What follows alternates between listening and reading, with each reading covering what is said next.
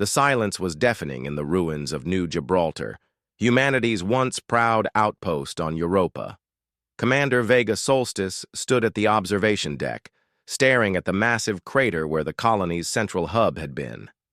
12,000 souls. Gone. In an instant. The attack had come without warning, without declaration, without mercy. "Anything on the scanners, Calum?" Vega asked, her voice hollow. Lieutenant Calum Nixborn shook his head, the holographic display around his wrist casting eerie blue shadows across his face. "Nothing, Commander. They vanished just as quickly as they appeared." The Vraxi had struck 3 human colonies in the Jupiter system within a standard Earth week. No demands, no communication, just systematic annihilation, leaving behind the twisted wreckage of humanity's greatest achievement: expansion beyond Mars. "What do we know about them?" Vega asked, though she'd reviewed the scant information a dozen times already. Not much. First contact was only 4 months ago at the edge of the Kuiper Belt.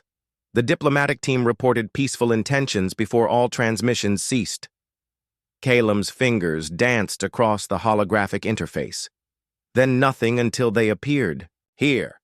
Admiral Oren Meridius had dispatched their vessel, the UES Indomitable, to assess the damage and search for survivors. They'd found none. "Commander," called a voice from the comm, "we've found something." 10 minutes later, Vega stood before a cracked data core, its quantum processors somehow still functioning, despite the devastation. "It's Dr. Lysithea Frost's research," said Chief Engineer Indara Pax, her fingers moving with practiced precision over the damaged hardware. "She was studying the Vraxi language based on the limited transmissions we received." "Can you recover it?" "Already have." Indara pulled up a holographic display. "It's not a complete translation matrix, but it's better than nothing." The display showed strange flowing symbols along with partial translations. Vega's eyes widened as she read the fragments: harvest potential, human neural architecture, compatible resonance, optimal vessels. "They're not here to conquer," Vega whispered. "This is worse." Back aboard the Indomitable, Vega presented her findings to the ship's senior staff. Lieutenant Rowan Zephyr, tactical officer, was the first to speak. "So they're treating us like, what, cattle?" "More like rare components," Calum corrected. "From what we can piece together, human brains have a unique structure the Vraxi need for some kind of technology. They're harvesting us." A chill settled over the briefing room.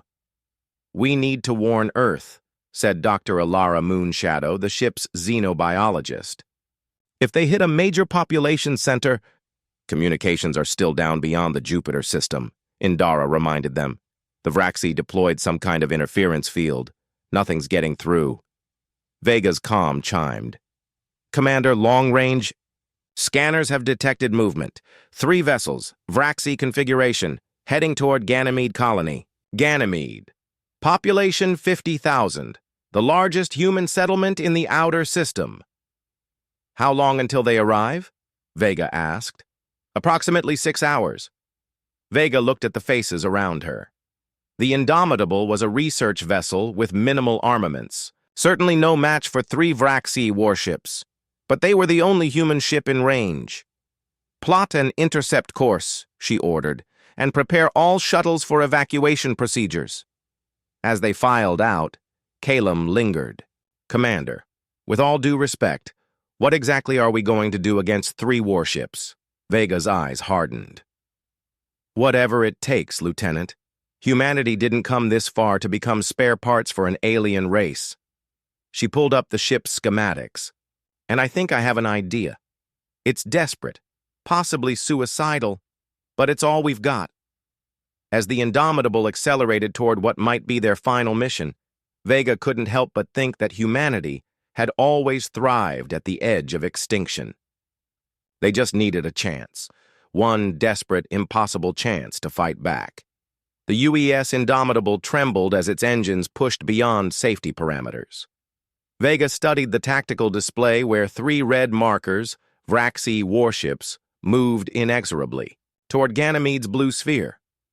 Update on the evacuation? Vega asked, her fingers drumming against the captain's chair. Governor Nerissa confirms they've begun loading civilians into the deep bunkers, Calum replied. But they can only accommodate 20,000. The rest will be exposed if the colony falls. Vega nodded grimly. Then we make sure it doesn't fall. Status on our modifications, Chief Pax? Indara's voice came through the comm, strained with exhaustion. We've converted the stellar cartography bay into a makeshift EMP projector using the quantum resonance coils from the warp field generators. It'll only work at close range and will lose warp capability permanently. One problem at a time, Vega muttered. Lieutenant Zephyr, tactical assessment? Rowan's face was grim. The Vraxi ships outmass us 10-1, Commander. Their weaponry is beyond anything in our arsenal. Direct confrontation would be brief. Then we don't confront them directly. Vega pulled up the star charts. Ilara, what do we know about the Vraxi ship design from your analysis? Dr. Moonshadow highlighted several sections of the enemy vessels on the display. They appear to use some form of gravitic propulsion. Extremely powerful, but the field projectors are vulnerable during directional changes, and their hull composition suggests sensitivity to certain radiation bands. That's our opening. Vega expanded the map.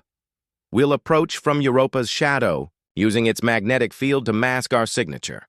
When they commence their attack on Ganymede, they'll be focused on atmospheric entry. That still puts 3 warships against our 1 research vessel, Calum pointed out. We're not trying to win a battle, Vega said. Just create a window.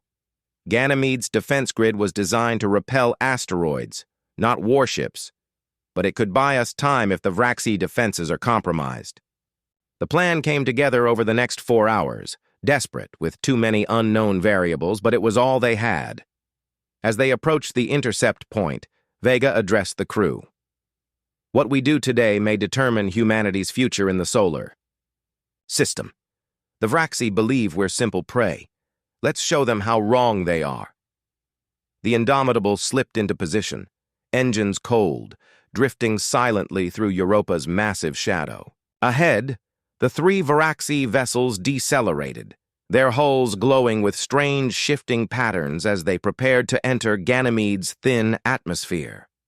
They're commencing attack formation, Rowan reported. 90 seconds to weapons range. Indara, Vega called. Status on the EMP projector?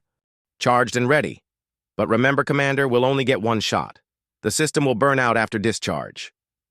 Understood. Vega took a deep breath.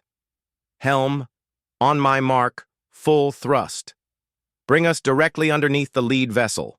We need to be inside their defensive perimeter. The bridge crew tensed as the seconds ticked by.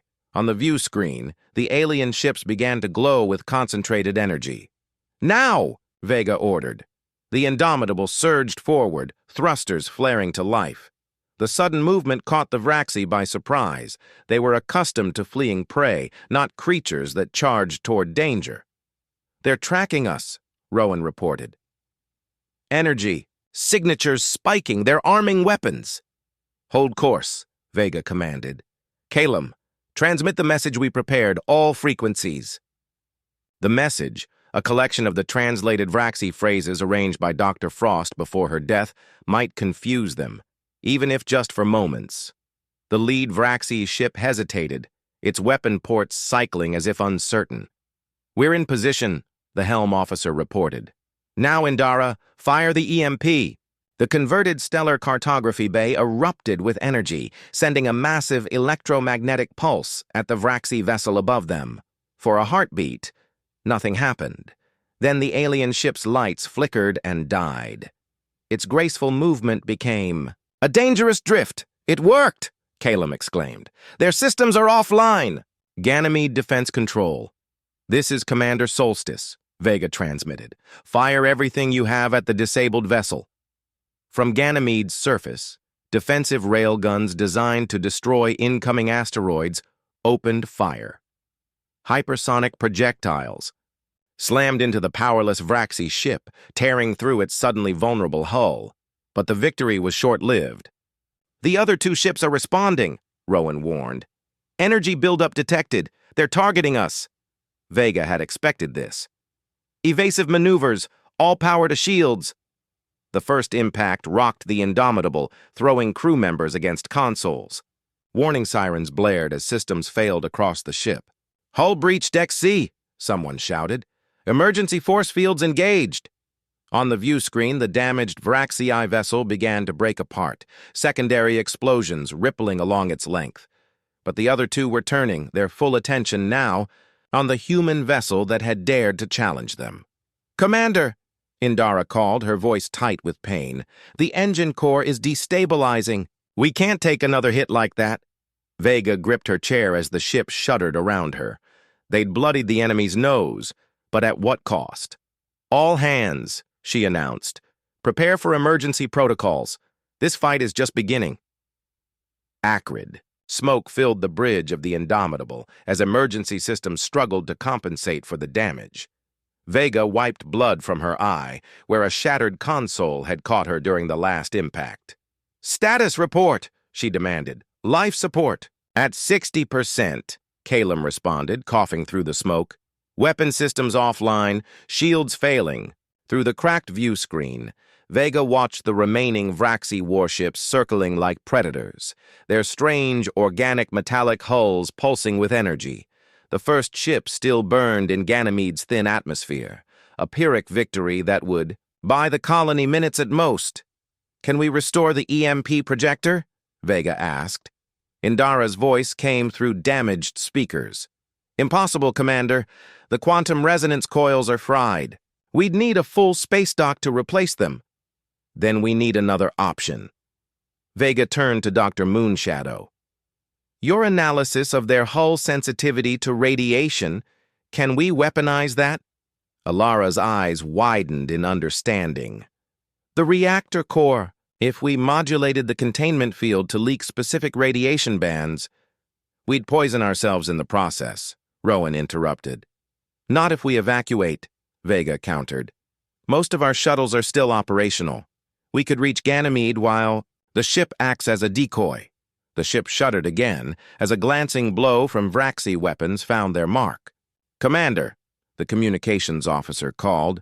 I'm receiving a transmission from Ganymede. Governor Nerissa requests to speak with you. The governor's face appeared on a flickering screen, her expression grim but determined. Commander Solstice, we're tracking your battle. Our sensors show your ship is critically damaged. We've hurt them, Governor, but we can't stop them. You need to prepare for impact. Perhaps not. Nerissa's eyes hardened. The colony's primary function has always been ice mining. We have charges placed throughout Ganymede's crust for excavation. With some recalibration, understanding dawned on Vega. You're talking about triggering a seismic event. A controlled one, Nerissa clarified. If we can lure the Vraxii ships close enough to the surface during their attack run, the vibrational shock could disrupt their gravitic systems, according to your scientist's analysis. It was desperate, perhaps even more desperate than Vega's own plan, but it offered one advantage. The crew of the Indomitable might survive. We'll need to coordinate precisely, Vega said, and we still need to get close enough to ensure they follow us down. I volunteer to remain aboard, Indara said suddenly. I can manually modulate the core radiation to attract their attention. Their sensors will detect it as a vulnerability. Chief, Vega began. With respect, Commander, it's the logical choice. The core controls are damaged. It will take constant manual adjustment to maintain the radiation pattern. Someone needs to stay. The silence on the bridge was deafening. Very well, Vega finally said, her voice tight. Begin evacuation procedures. All non-essential personnel to the shuttles. As the crew moved with practiced efficiency despite their injuries, Vega pulled Indara aside. There has to be another way. The engineer smiled sadly.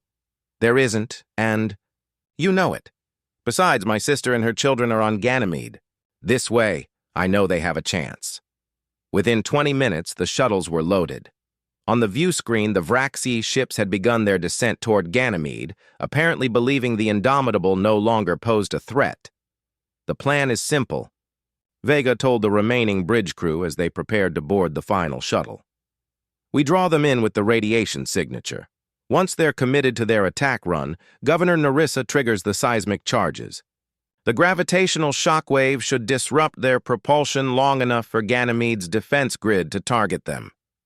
And Chief Pax? Calum asked quietly. Vega couldn't meet his eyes. She'll eject if there's time. They both knew there wouldn't be. As Vega prepared to board the shuttle, Indara's voice came through her personal communicator. Commander, I've been analyzing the Vraxi communication patterns we intercepted. There's something you should know.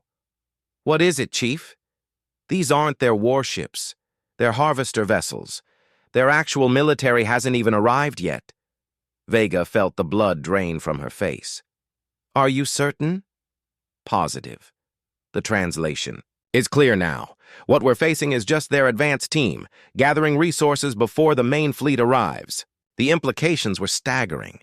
If mere harvester ships could cause this much damage. How long do we have? Based on the transmission schedule encoded in their signals, 8 Earth months, maybe less. Vega closed her eyes briefly. That changes. Nothing about our current situation. But if we survive this, humanity needs to know what's coming. Good luck, Commander, Indara said softly. See you on the other side. As the last shuttle detached from the dying research vessel, Vega watched through the viewport as the Indomitable began its desperate plunge toward Ganymede, a sacrificial lure to save thousands. Behind them, the stars seemed cold and distant, uncaring witnesses to humanity's fight for survival. But humans had never needed the stars' approval to persist against impossible odds. The real war, Vega realized, was just beginning. 8 weeks after the Battle of Ganymede, Vega stood before the hastily assembled Solar Defense Council on Luna, Base Alpha. The chamber, carved from lunar bedrock a century earlier, had never held such a desperate meeting. The seismic trap worked. Vega continued her briefing, her voice echoing in the cavernous room. The gravitational distortion disrupted the Vraxi harvester's propulsion systems long enough for Ganymede's defense batteries to destroy them. We lost the Indomitable and Chief Engineer Pax, but saved the colony.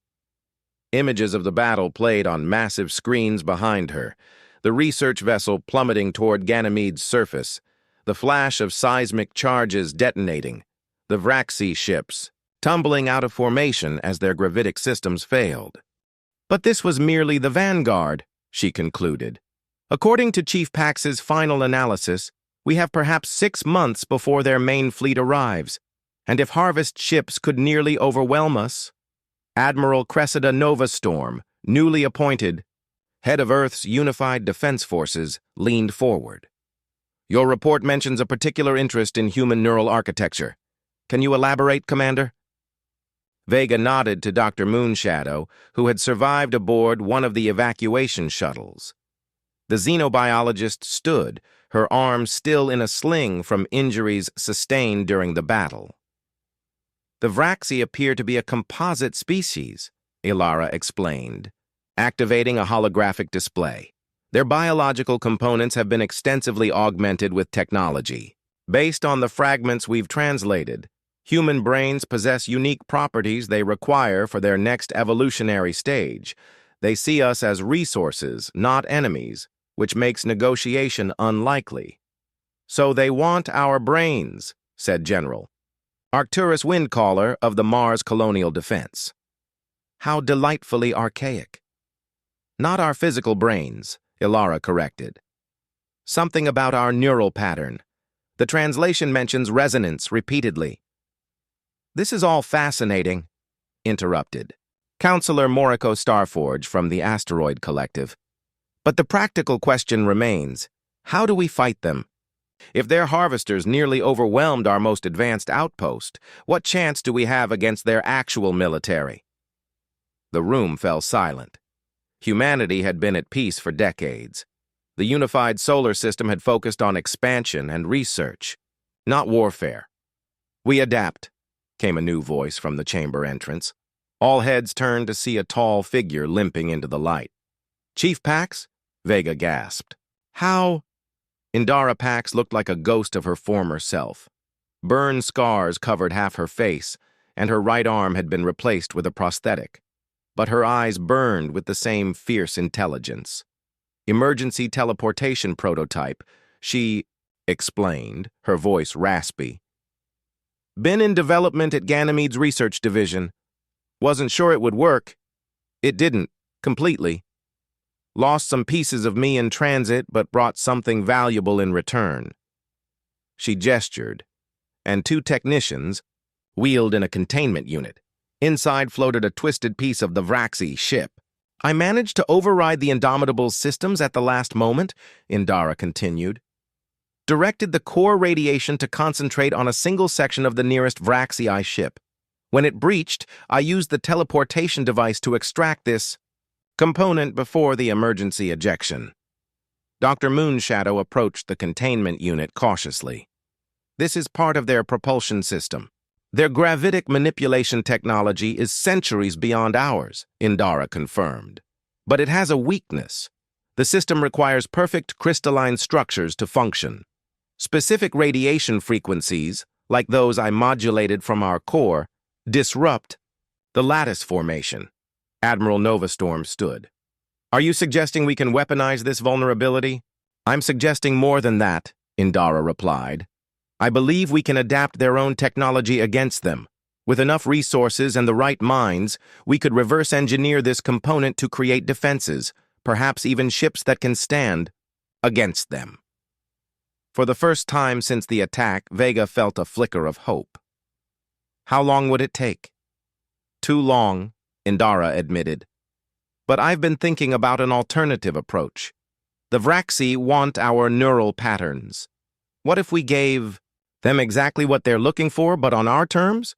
The room erupted in confused discussion until Admiral Novastorm called for silence. Explain, Chief Pax. Neural interface technology, Indara said. We've been using it for remote asteroid mining for years. What if we created a weaponized version? A trap that uses our neural patterns as bait but delivers something quite different when they attempt to harvest it. Dr. Moonshadow's eyes widened. A virus. A digital virus encoded in human neural patterns. Not just a virus, Indara corrected. A complete system subversion package. If their technology requires human neural architecture to function, we turn that dependency into their greatest vulnerability. The audacity of the plan hung in the air, using humanity's own minds as both bait and weapon against a technologically superior foe. This is our Manhattan Project, Admiral Novastorm finally said. Our last, best hope. She turned to Vega. Commander Solstice, given your experience with the Vraxii and your actions at Ganymede, I'm promoting you to captain.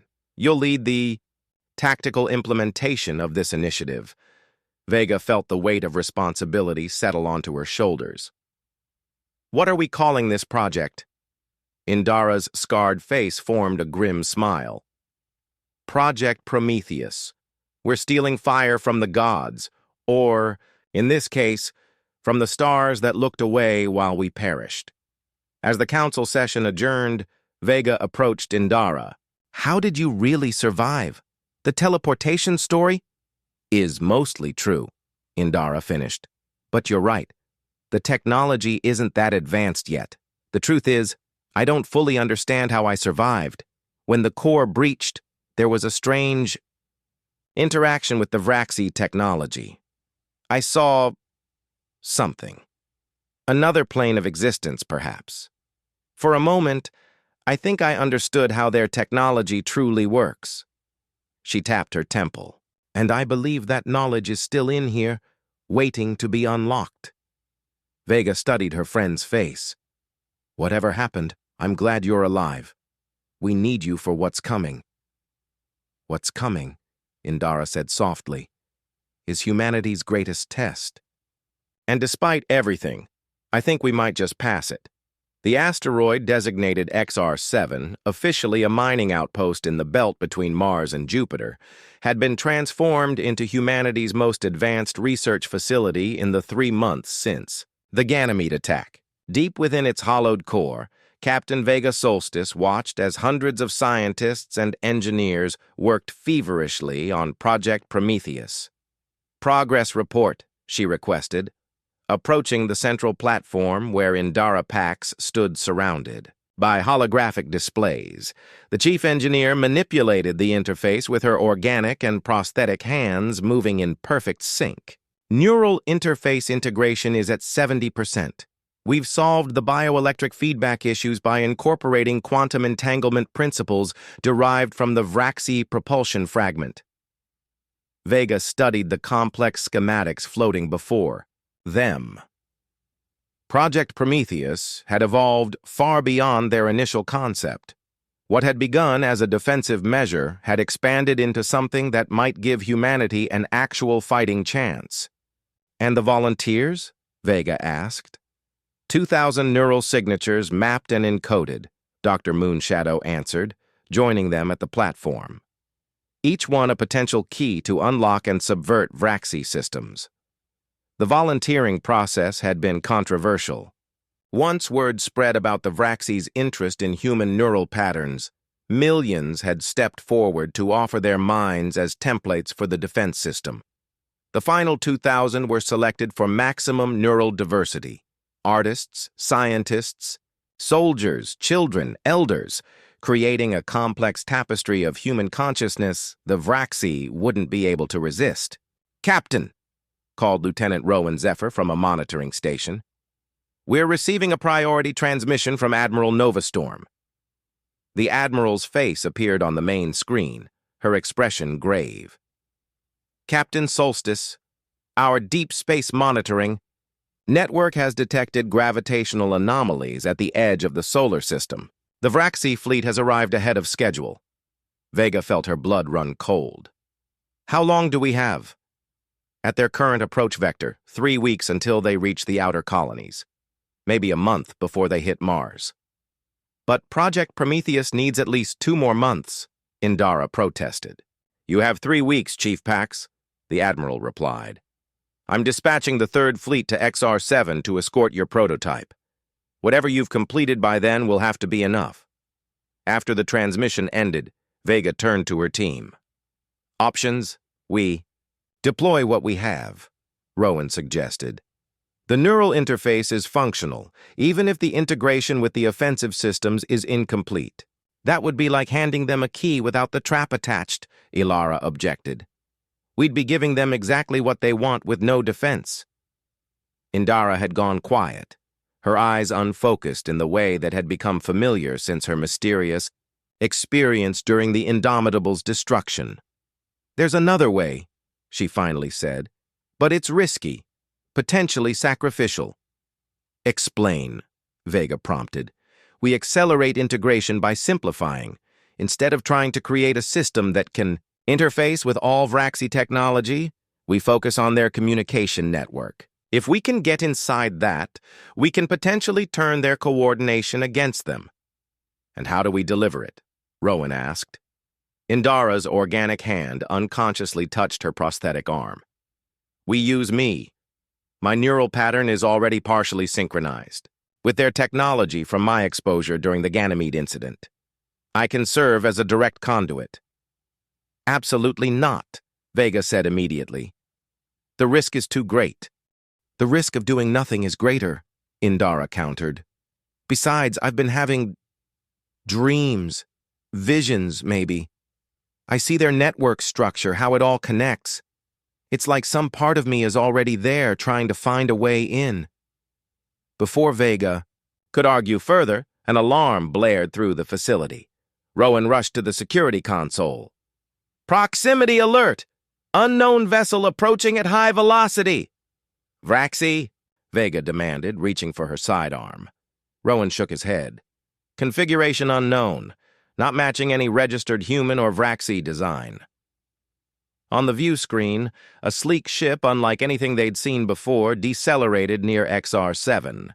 Its hull seemed to shimmer, as if constantly shifting between states of matter. "They're hailing us," Rowan reported, surprised. "Put it through," Vega ordered, motioning for security teams to take position. The screen flickered, and a humanoid figure appeared. Its features were almost human, but with subtle differences that created an uncanny effect. Skin with a faint luminescence, eyes too large and entirely silver. "Greetings, humans of Sol System," the figure said in perfect English. "I am Emissary, Lyrian of the Altarian Collective. We've been monitoring your conflict with the Vraxi harvesters." Stunned silence filled the command center. "You've been watching us?" Vega finally asked, anger edging her voice. "Watching as our colonies were destroyed?" "Observing," the emissary corrected. "The prime directive of non-interference in emerging civilizations has guided our actions. Until now." "What changed?" Indara asked, stepping forward. "Your response at Ganymede, the sacrifice of your vessel, the neural interface technology you're developing." Lyrian's silver eyes seemed to focus specifically on Indara. "And most importantly, the quantum resonance event that occurred during your transition." Indara's hand went to her chest. "You know what happened to me." "You touched the veil, the boundary between conventional space-time and the substrate where Vraxi technology operates. Few beings survive such contact. Fewer still retain their sanity and gain insight from the experience." Vega stepped protectively closer to Indara. "Why are you here now?" "Because the Vraxi have violated their containment boundaries. They were relegated to a specific sector after the last galactic confluence. Their expansion into your system represents a breach of ancient accords." "So you'll help us fight them?" Rowan asked hopefully. "Not directly," Lyrian replied. "Direct. Military intervention remains prohibited. However, I am authorized to provide technical assistance to accelerate your Project Prometheus." The emissary raised a hand, and a small crystalline object appeared floating above it. "This contains translational matrices for Vraxi communication protocols and targeting algorithms for their neural harvesting technology. It will reduce your development timeline significantly." "Why help us at all if you have these non-interference protocols?" Vega pressed, suspicious. Lyrian's expression shifted subtly. "The Altarian Collective was once much like humanity. We faced extinction at the hands of harvester species. Another race bent their rules to help us survive. We remember this debt."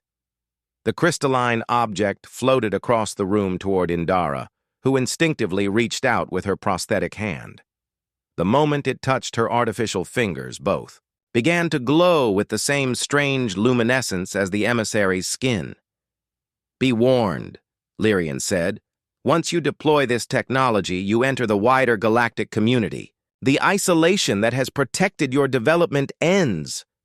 "Protected?" Vega echoed incredulously. "Thousands have died.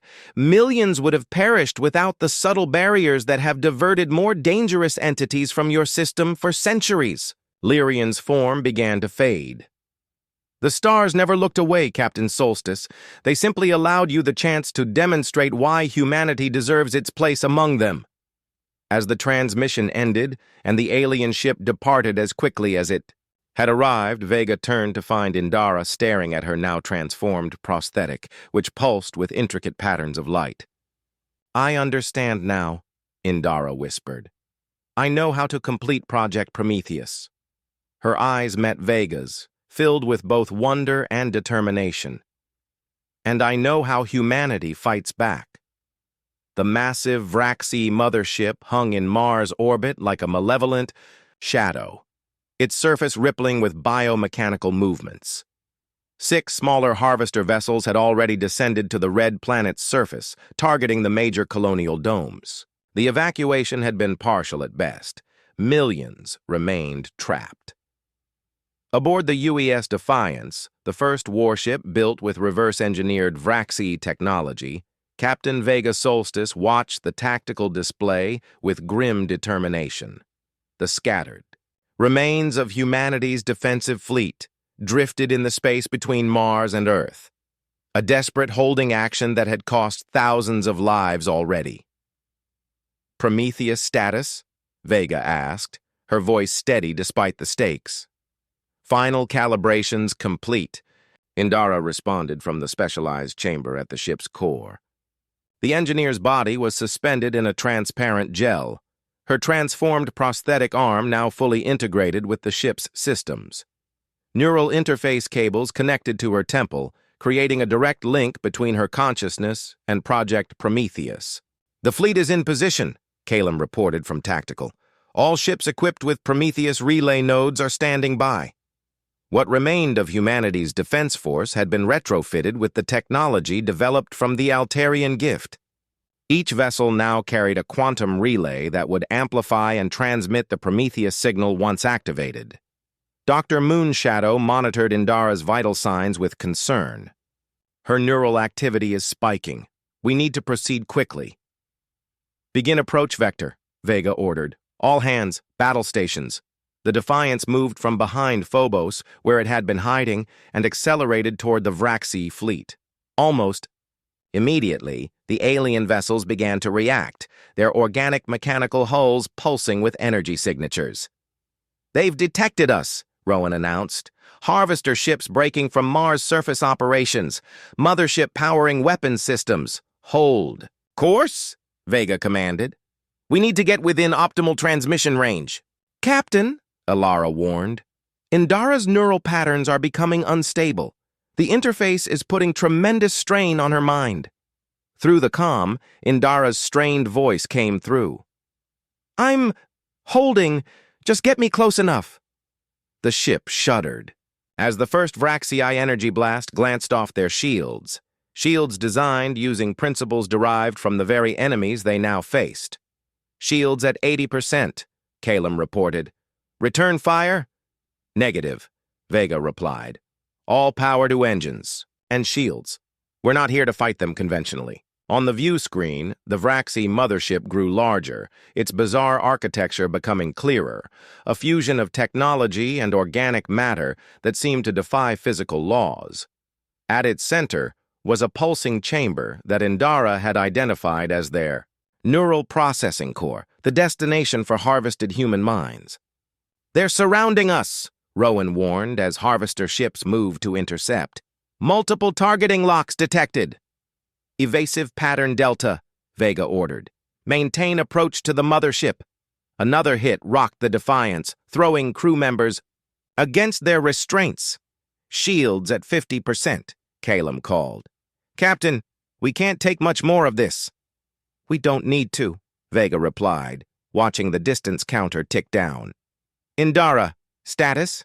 Inside the interface chamber, Indara's body arched in pain, the luminescent patterns on her prosthetic arm burning brighter than ever.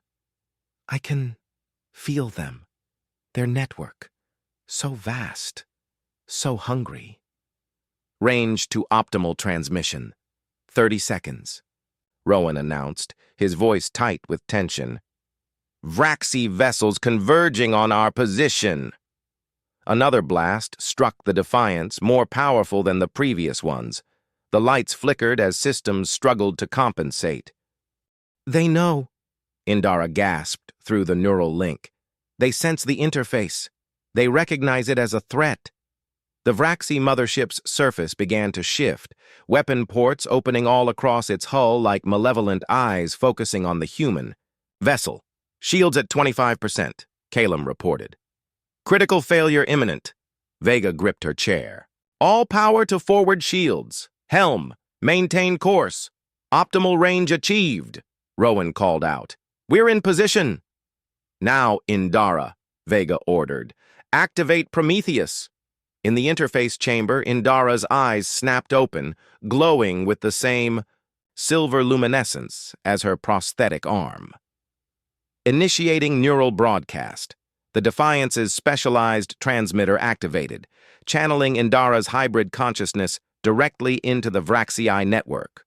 For a moment, nothing seemed to happen. Then the Vraxi ships froze in space. "It's working," Ilara whispered, watching her monitors. Their systems are attempting to process the neural input.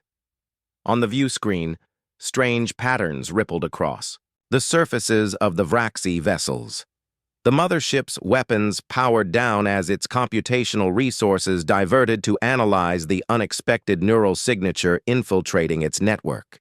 Prometheus signal holding, Rowan reported. All relay nodes across the fleet are amplifying and retransmitting. Inside the interface chamber, Indara had gone rigid, her consciousness now existing in two places simultaneously, partly in her human body, partly in the vast Vraxi network. "What do you see?" Vega asked through the comm. "Everything," Indara replied, her voice overlaid with harmonic tones that hadn't been there before. "Their history, their evolution, their fear." "Fear?" Vega repeated. "What do the Vraxi fear?" "Extinction. Like us, their biological components are failing. They need new neural patterns to sustain their consciousness. They've been harvesting species across dozens of systems." The Defiance shuddered again, but not from weapons fire. The Vraxi ships had begun to pulse rhythmically, as if fighting against an invisible force. "They're trying to purge me," Indara gasped. "Implementing countermeasures."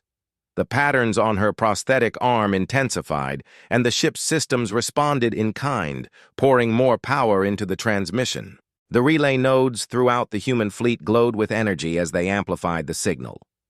"Indara," Ilara warned, "your neural patterns are becoming dangerously unstable. You need to disconnect." "Not yet," Indara insisted. "I found their central command node. I can rewrite their core directives." "Do it," Vega ordered. "And this." For several agonizing minutes, the battle hung in suspended animation. The Vraxi ships trembled in space, caught in some invisible struggle. Then, without warning, the harvester vessels began to withdraw from Mars's atmosphere. "They're retreating," Calum announced incredulously. "Not retreating," Indara corrected, her voice growing weaker. "Transforming. I've given them an alternative." On the view screen, the Vraxi mothership's surface began to reconfigure, weapon ports closing, harvesting apparatus retracting. The smaller vessels formed a protective formation around it rather than an attack pattern. "What have you done?" Vega asked. "Showed them another way." Indara's vitals were dropping rapidly. "They believed harvesting was their only option for survival. I showed them cooperation. Symbiosis instead of predation." "Will it last?" Rowan asked. "It has to," Indara whispered. "I've locked it into their base programming. They understand now that harvesting leads to extinction, for them as well as us. Every species they've destroyed has diminished the diversity they need to survive." The Vraxi mothership emitted a broad-spectrum transmission. When translated through the Defiance's systems, a single phrase repeated, "Confluence accepted." The Altarian term, Ilara realized. They're acknowledging the Galactic Accord. "Indara," Vega called, "we need to disconnect you from the interface. Your body can't sustain this much longer." "Too late for that," Indara replied with surprising calm. "But it's all right. Part of me will remain here, and part of me will go with them." "What do you mean?" Vega demanded. "A trade, my consciousness for their cooperation. A human mind freely given, not harvested, the foundation for a new relationship." Before Vega could protest, the interface chamber filled with brilliant light. When it faded, Indara's physical form remained, but her eyes stared sightlessly at the ceiling, the light in her prosthetic arm gone dark. On the view screen, the Vraxi mothership glowed with new patterns that matched those that had been on Indara's arm. "She's gone," Ilara confirmed, softly checking the monitors. "Brain function has ceased." The Vraxi vessels began to move, but not toward Earth. Instead, they set course for the outer system, away from the inhabited planets. "Captain," Calum said, breaking the solemn silence. "Incoming transmission. It's coming from the Vraxi mothership." When Vega nodded, he put it through. A familiar voice filled the bridge, though now it resonated with harmonic overtones that weren't human. "Don't mourn me too much, Captain," Indara's voice said. "I've become something new, the first true bridge between our species. The Vraxi are returning to their territory beyond the Kuiper Belt. They'll honor the confluence." "Indara?" Vega whispered. "Is it really you?" "Part of me. Enough to remember. Enough to ensure peace." The voice paused. "The stars never looked away, Vega. They were waiting for us to look back." The transmission ended as the Vraxi fleet accelerated away from Mars. 3 months later, Captain Vega Solstice stood before the newly formed Galactic Relations Council on Earth. Behind her, a window revealed the changed skyline of Geneva, where a gleaming spire now rose, the first embassy of the Altarian Collective. "The Vraxi incursion has ended," Vega stated, concluding her report. "Through the sacrifice of Chief Engineer Indara, Pax, and the successful implementation of Project Prometheus, humanity has established its first peaceful contact with 2 advanced civilizations." Admiral Novastorm nodded gravely. "And what of these reports we've received? Signals from the edge of the system?" "Confirmed," Vega replied. "A Vraxi envoy vessel remains at the boundary of our system. It transmits regular updates on their compliance with the Confluence Accords. The consciousness that was once Indara Pax serves as intermediary." "And the technology we developed?" Counselor Starforge asked. "The neural interface systems? Being adapted for peaceful purposes," Dr. Moonshadow answered, stepping forward. "The principles behind Project Prometheus have applications in medicine, communications, even terraforming." "The Altarian emissary informs us that other civilizations are now aware of our existence," Vega added. "Some may seek contact, others may observe from afar. But all know this: humanity will not perish quietly. We fight back when threatened, but we also extend a hand when possible." As the council session concluded, Vega made her way to the observation deck. Lieutenant Calum Nixborn, now her first officer, joined her. "The crew of the Defiance is assembled for the memorial service," he said quietly. Vega nodded, looking out at the stars now visible in the evening sky. "She'd hate all the ceremony." "Probably," Calum agreed with a small smile, "but she'd understand its importance." "Do you think she's really still out there?" Vega asked, voicing the question that had haunted her since that day. "Some part of her consciousness surviving in the Vraxi network?" "I believe so," Kylum replied. "The transmissions certainly sound like her. Stubborn, brilliant, and occasionally sarcastic." Vega smiled despite herself. "The first human to transcend our solar system wasn't on a ship, but through a neural interface. History has a strange sense of irony." As they turned to leave, a shooting star blazed across the sky, too regular, too purposeful to be natural. The Vraxi observation vessel making its scheduled transit. They perished while the stars looked away, Vega murmured, recalling the title of the historical record of humanity's first interstellar conflict. Then, humanity fought back and won something better than victory, Calum finished. A future among those same stars.